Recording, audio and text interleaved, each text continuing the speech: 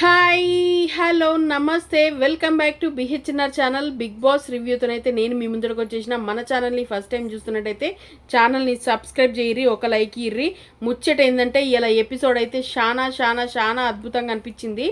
కొన్ని టైంలో చిరాగా అనిపించింది, కొన్ని టైంలో జడ్జెస్ని చూస్తుంటే ఏం రా ఇట్లా చేస్తున్నారు ఇల్లు అని అనిపించింది. ఎందుకంటే కొంచెం ఓపికతో ఉండాలి, వాళ్ళే ఓపిక లేకపోతే మరి మనం ఎట్లా ఓపికగా చూస్తాము. జడ్జెస్ అనేటోళ్ళు అంతగానం వాళ్ళకు గిమ్యునేషన్లు ఇచ్చి వాళ్ళని కూర్చుండబెడతారు. మరి కూర్చుండబెట్టినప్పుడు ఆ హోస్టింగ్ ఎట్లుండాలి, నలుగురికి మంచిగా కనబడాలి, సూన్ని కూడా రెస్పెక్ట్ఫుల్గా ఉండాలి. కానీ ఎందుకో కొంచెం చాలా షకల్ చేసినట్టు అనిపించింది నాకైతే నిజంగా.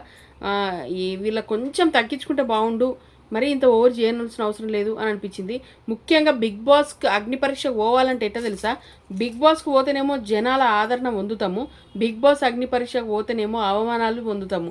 ఇదైతే నిజం అనిపిస్తుంది. ఎందుకంటే చాలా వరకు అవమానాలు చేయనికే చూసిర్రు వాళ్ళు.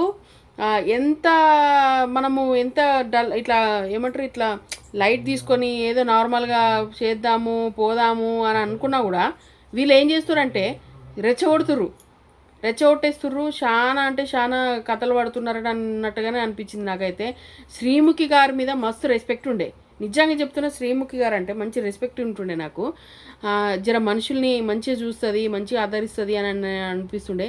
ఎందుకో సడన్గా చేంజ్ చాలా డిఫరెంట్గానే ఉంటుంది. మళ్ళీ అది టీఆర్పీ రేటింగ్ కోసం చేస్తున్నారా లేకపోతే ఎందుకు చేస్తున్నారా అనేది అర్థమవుతలేదు. చాలా టీఆర్పీ రేటింగ్ కోసమే సాగుతుంది గేమ్ అంతా అనిపించింది. ఇక సరే, దీంట్లోనైతే ముఖ్యంగా ఎవరు మంచిగా అనిపించారంటే మనకు ఫస్ట్ బిగ్ బాస్ సీజన్ 2లో ఎంట్రీ కాగానే మనోడు పేరు శరణ్ వచ్చిండన్నట్టు. ఈ ఆర్జే చరణ్ అంట 3 డిగ్రీలు పాస్ అయిన గ్రీన్లు వచ్చినాయి, మొత్తం గ్రీన్లు ఇచ్చిర్రు అన్నట్టు. ఎందుకు గ్రీన్లు ఇచ్చిర్రు అనుకుంటున్నారు? ఇక ఏమని అడిగిరంటే బిగ్ బాస్ హౌస్లకు ఎందుకు పోవాలనుకుంటున్నావు అని అడిగిర్రు. బిగ్ బాస్ హౌస్లకు ఎందుకు పోవాలనుకుంటున్నావు అంటే, నాకు బిగ్ బాస్ హౌస్ అంటే జర ఫ్యాషను, మళ్ళీ తక్కువ లేడు, తమ్ముడు చాలా హుషారున్నాడు, మస్తు మాట్లాడుతున్నాడు. అంటే కొంచెం ఎట్లా అంటే ఎంటర్టైన్మెంట్ ఫుల్ ఇచ్చేసిండు వీళ్ళకు. ఇక అట్లా ఇచ్చేసరికి వాళ్ళు ఫిదా అయిపోయారు అన్నట్టు, మల్టీ టాస్కరు. ఇక మళ్ళీ బిగ్ బాస్ హౌస్లోకి ఎందుకు పోవాలనుకుంటున్నాం అంటే, నేను బిగ్ బాస్ హౌస్లోకి పోవాలి, అట్లనే బిగ్ బాస్ హౌస్ నుంచి మళ్ళీ బిగ్ బాస్ బర్స్లో హోస్టింగ్ కూడా చేయాలి, నాకు హోస్టింగ్ అంటే మస్తు ఇష్టము అని అన్నాడు. బిగ్ బాస్ హౌస్ షోకి వెళ్తాను అని తర్వాత బస్ ఇంటర్వ్యూ కూడా నేనే చేస్తా కాన్ఫిడెంట్గా చెప్తున్నాడు. కాన్ఫిడెంట్గా అంటే మస్తు కాన్ఫిడెంట్గా చెప్తున్నాడు. ఒకప్పుడు రిలేషన్షిప్స్ ఉండేనట్టు ఈ తమ్మునికి.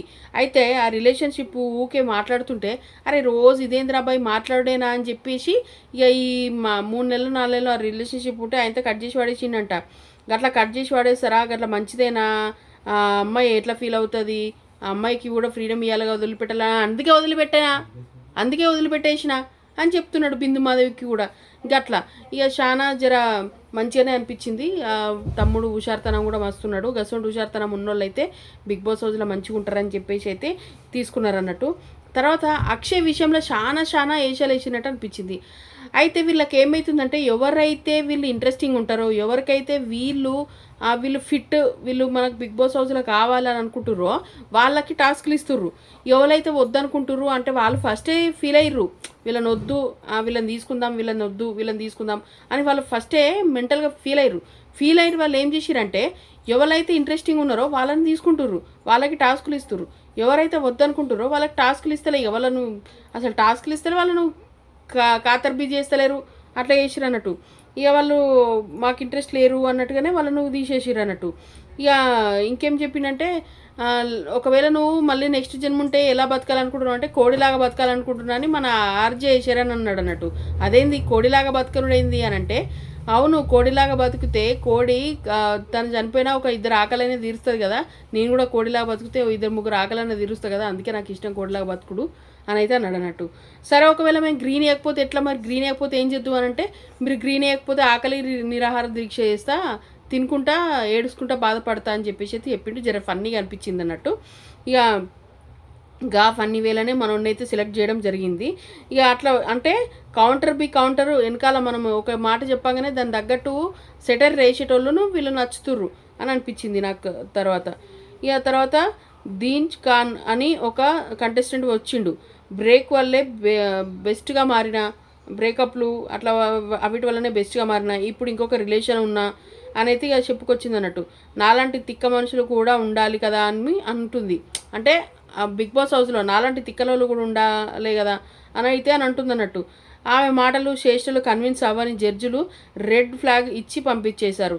ఇక ఇట్లనే అంటే వచ్చిన వాళ్ళని వచ్చినట్టు కొంచెం ఎవరైతే ఇంట్రెస్టింగ్గా లేరో వాళ్ళకి రెడ్ ఫ్లాగ్ ఇచ్చేస్తుర్రు, ఎవరైతే ఇంట్రెస్టింగ్ ఉన్నారో వాళ్ళకు గ్రీన్ ఫ్లాగ్తో ఉంచుతున్నారంటూ. అందులో ఒకరిద్దరిని చూస్తుర్రు. ఎవరికైతే ఇంట్రెస్టింగ్ ఉంది, ఎవరినైతే చూడాలనుకుంటున్నారో వాళ్ళకి టాస్కులు ఇస్తున్నారు. ఇక టాస్కులు ఎక్కడనైతే ఇస్తలేరు, ఎక్కడ టాస్కులు ఆపేస్తారో వాళ్ళకి అర్థమైపోవాలి, మనం అర్థం చేసుకోవాలి ఫస్ట్. ఇదంతా ఏంటంటే ముచ్చట, ఇది ఎప్పుడప్పుడు ఎపిసోడ్ ఇస్తుందైతే కాదు, ఇది ఒక 3 రోజులు జరిగింది. వీళ్ళ సెలక్షన్ ఒక 3 రోజులు జరిగింది ఆల్రెడీ. ఇక్కడ ఇప్పుడు సెలక్షన్ అయిపోయింది. ఆ సెలక్షన్ అయిపోయిన దాంట్లో 15 మందిని తీసుకొని వాళ్ళను మిగతా వాళ్ళను ఏమంటారు సెలక్షన్స్ చూస్తున్నాను అన్నట్టు. అయితే ఇప్పటి వరకు ఈ 3 రోజుల సెలక్షన్ ఏదైతే ఉందో ఆ 3 రోజుల సెలక్షన్ అనేది మనకి ఇంకా ఎపిసోడ్స్ ఇస్తున్నారు. ఈ 3 రోజులు ఎపిసోడ్ ఇచ్చేస్తారు. తర్వాత నెక్స్ట్ ఇంకా ఎవరినైతే అందులో కన్ఫర్మ్ చేసుకుంటారో ఆ ఎపిసోడ్స్ జరుగుతాయి. ఇప్పుడు మీకు అర్థమై ఉంటుంది అనుకుంటున్నాను నేనైతే. ఈ 3 రోజుల సెలక్షన్ అంతా, అందుకే మీకు బట్టలు కూడా చేంజ్ అయిపోతుంటాయి మధ్య మధ్యలో, మీరు అబ్జర్వ్ చేసినా లేదో. చాలా వరకు కంటెస్టెంట్ మధ్యలో కూడా వీళ్ళ బట్టలు కూడా చేంజ్ అయిపోతాయి. 3 రోజులు సెలక్షన్ కదా, 3 రోజులంతా 3 ఎపిసోడ్లను మొత్తం మనకేం చేసిరంటే బోర్ కొట్టకుండా కొన్ని ఆ ఎపిసోడ్లు, కొన్ని ఈ ఎపిసోడ్లు, కొన్ని ఈ ఎపిసోడ్లు అట్లా కలిపి 3 ఎపిసోడ్లు, 3 రోజుల ఎపిసోడ్లు అన్నీ ఒక దాంట్లోనే వేసిరు అన్నట్టు గట్లా. అయితే దీంట్లో నాకేమనిపించిందంటే కొంచెం జడ్జిలు ఓపిక్గా ఉండి ఇంకా కొంచెం మంచిగా మాట్లాడి ఇంకా కొంచెం టాలెంట్ బయటపెట్టి, లేదు అవసరం లేని వ్యక్తి అంటే అవసరం లేదు అన్నప్పుడు ఆ వ్యక్తిని మర్యాదగా పంపించడం నేర్చుకుంటే బాగుండు అనిపించింది.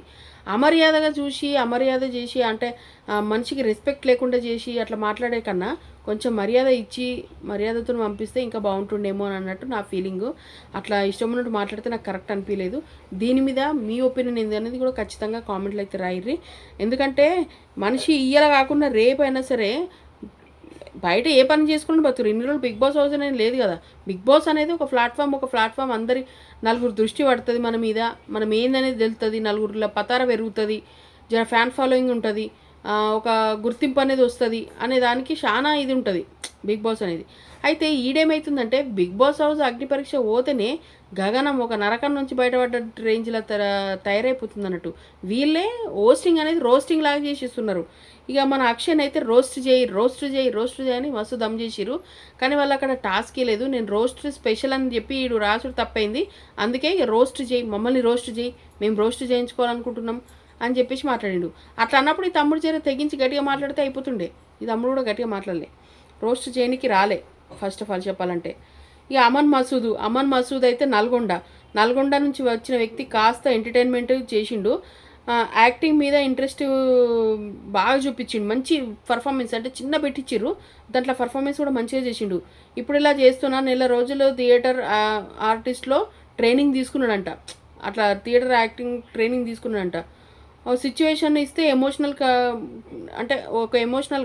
నటించి వాళ్ళను జడ్జిలను కూడా ఫిదా చేసిండు అన్నట్టు. యాక్టింగ్ బాగా చేసినావు, జడ్జిలు మెచ్చుకున్నారు.